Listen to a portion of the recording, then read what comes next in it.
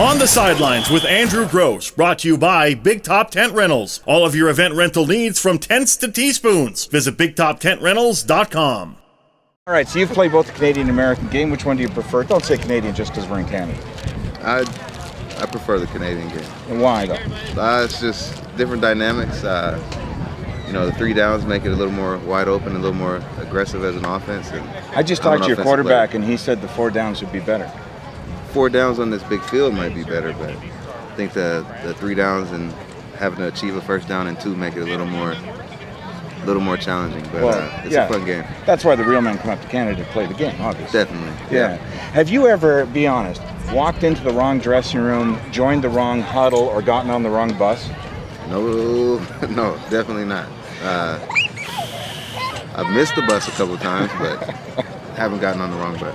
And what would you do if you did? Like, what if you just accidentally, and I know we've all done it, right? Like, like run or wrong way, haul away, that kind of thing. If you make a huge gaping mistake like that, do you just keep running? What do you do? I think you either have to play it off or go tell the coach to put you in the game, or try to get the next play so you can tip off your own team, making your way to the other sideline. Over the years, you've had a lot of coaches, obviously, right? A few coaches, yeah. I'm sure you have.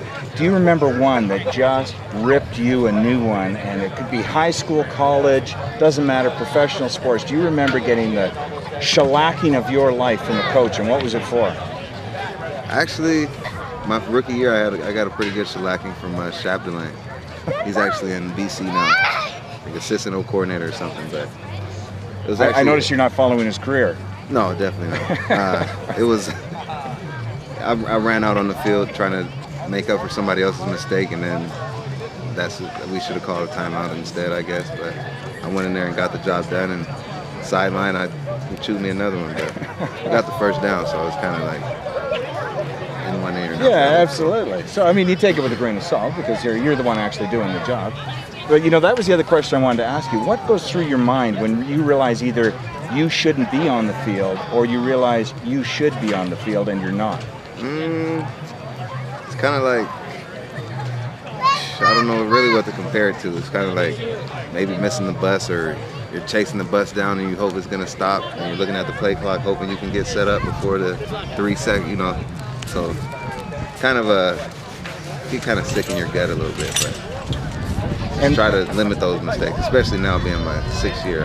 Absolutely. I can't be that guy. And being that kind of guy, the 6-year veteran, have you ever had a ref that you felt just so badly miscalled a play that you had to go over and point out the error in his ways?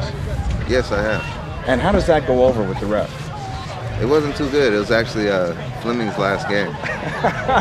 Really? A holding call. Yeah. And the ref still is in the league, so I actually know his name, but I'm not going to say anything. I think it's really funny how you looked over your shoulder like he might be here. He could be here. We actually had real refs here, so.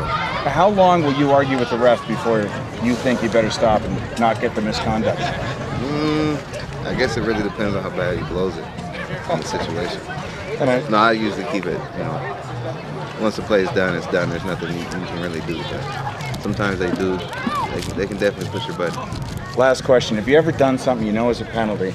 Ref saw it. He knows it's a penalty. He doesn't call it, and he says, I'll let you off on that one. No, sir. Never.